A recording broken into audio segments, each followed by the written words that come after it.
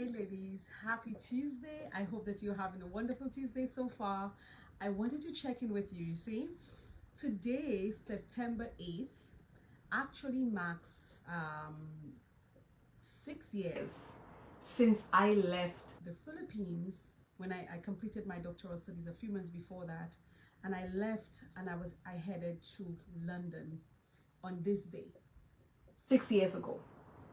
If you had told me back then that Nadine 5 to 6 years from now, Nadine 2 years from now, 1 year from now, that you are going to be empowering women, you are going to be traveling around the world doing that, even though I don't do it now physically because of this pandemic, but even virtually. If you had told me that on that day when I was about to leave the Philippines, I'd be like, you're right. Because in my mind, I was going to do what I was going to do. I was going to be working at a university and so on.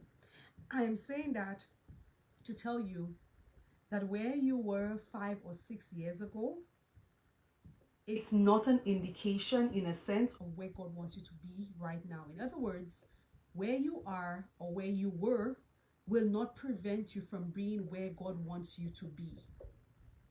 Sometimes where you were 5, 6 years ago, it's an indication because it may be fully aligned if you were at that place with God already in full alignment.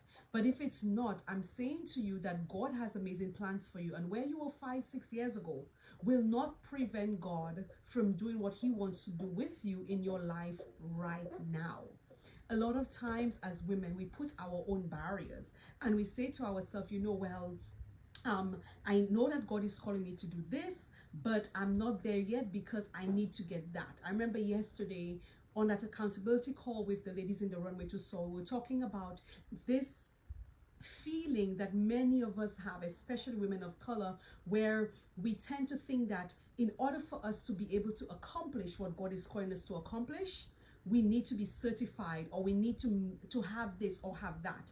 I want to tell you that 6 years ago, I had no idea that one day I would have the honor and privilege of working with women one-on-one, coaching them to be able to launch their own businesses, develop their speaking platforms, and so on.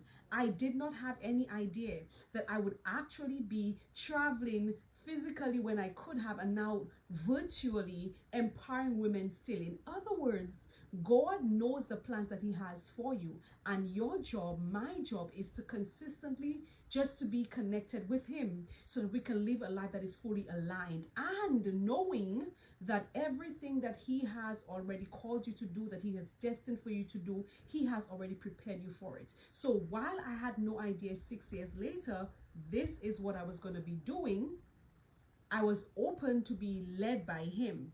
While I did not know 6 years later what I was going to be doing, I had to be fully open to doing something that I've never done before, to doing something that I was not trained in, understanding that if God was calling me, he was equipping me.